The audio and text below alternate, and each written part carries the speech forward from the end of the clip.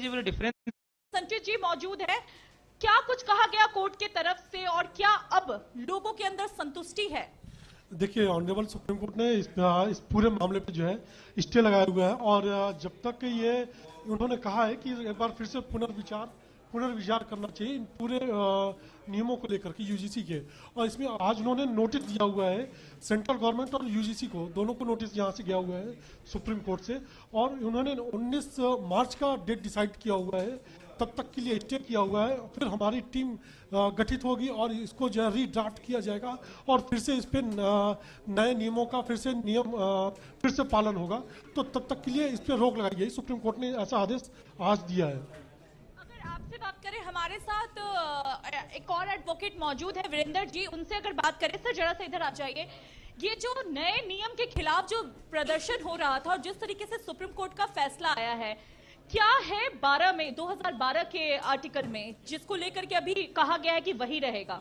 Basically ma'am, इस matter को पहले हम लोग देखते हैं। इसमें 313 यूजीसी रेगुलेशंस हैं, उसको चैलेंज किया गया था। बेसिकली इसमें if there is any discrimination against the general caste, उसके लिए कंप्लेन के मेथड्स इसमें नहीं थे कि उनके पास क्या रिमेडी अवेलेबल है अगर किसी भी तरह के डिस्क्रिमिनेशन जनरल कास्ट में। बिकॉज 313 में there is the provisions of inclusion of SC, ST, OBC, but there is no inclusion of general caste. That's why ये रिट पिटीशन फाइल किया गया था ऑनरेबल सुप्रीम कोर्ट में। कोर्ट 1 में chief justice के सामने ये मैटर लगा हुआ था मैम। इसमें चीफ जस्टिस ने मैटर को स्टे किया है और 2012 रेगुलेशंस को कंटिन्यू करेंगे इसमें। और बेसिकली मैम इसमें 2 प्रोविजंस है, article 14 and article 15 of the constitution. Article 14 में there is a provision of intelligible differentia कि whether this 3(1)(c) will come under the intelligible differentia. In Article 15(4) and even Article 15 there is Hindi में समझा दीजिए।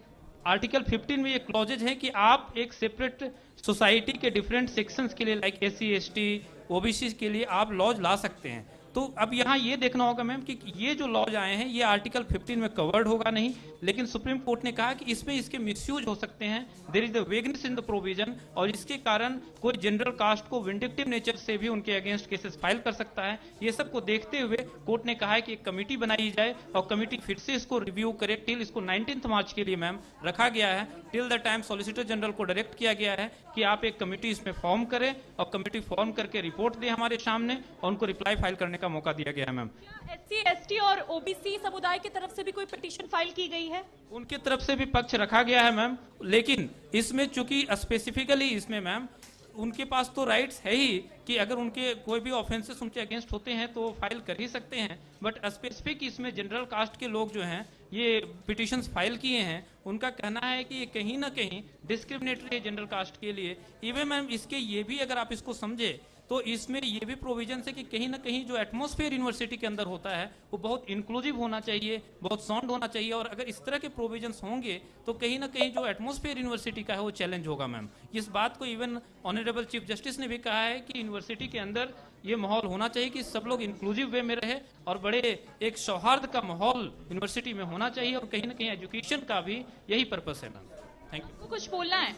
Ragging के लिए भी बोला उन्होंने। रैगिंग, ये जो रैगिंग हो रहा है, बच्चे परेशान है, जूनियर्स हैं वो काफी परेशान होते हैं, तो उसके लिए भी एक सर ने जैसे बोला, हमारे जो सर थे अभी बोल रहे थे, उन्होंने भी ये बोला कि एक एटमॉस्फेयर होना चाहिए, बच्चे एकदम खुल के पढ़ पाए, उनको माइंड में टेंशन नहीं होना चाहिए। सर वो ये कह देंगे अगर वो मेरे जो सीनियर है तो मुझे आके टोक देंगे या रैगिंग करेंगे, तो उसको लेकर भी सर ने काफी बड़ा स्टेटमेंट दिया कि वो सब भी नहीं होना चाहिए, एटमॉस्फेयर होना चाहिए, जैसा कि हमारे सीनियर एडवोकेट सर ने बोला। मैं आपसे सर एक चीज जानना चाहूंगी यहाँ पर, आखिर किस बेसिस पर ये यूजीसी के नए नियम लाए गए थे? क्या वाकई ऐसे केसेस सामने अभी भी आ रहे हैं जो उत्पीड़न का शिकार हुए हैं नीचे वर्ग के लोग आज भी जनरल कास्ट के द्वारा?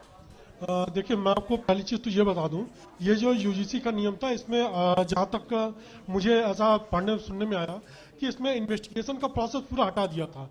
अगर SC, ST लगता है तो आज भी कई लोग SC, ST एक्ट का दुरुपयोग करते हैं, किसी भी छोटी छोटी बातों पे वो तुरंत SC, ST लगा देते हैं। तो इस पूरे मामले से, क्योंकि किसी भी केस का इन्वेस्टिगेशन जो है वो बहुत ही जरूरी है। उस पर एक ट्रांसपेरेंसी होनी चाहिए। और जब कहा गया है किसी भी केस को उसको मजबूत करने में या उसकी ट्रांसपेरेंसी रखने में इन्वेस्टिगेशन ही सबसे मजबूत पहलू होता है। तो उन्होंने इन्वेस्टिगेशन इसमें था ही नहीं, तो उन्होंने फिर से इसको इन सब पहलुओं को मद्देनजर रखते हुए उन्होंने फिर से कहा कि 19 मार्च का डेट डिसाइड किया और फिर से कहा कि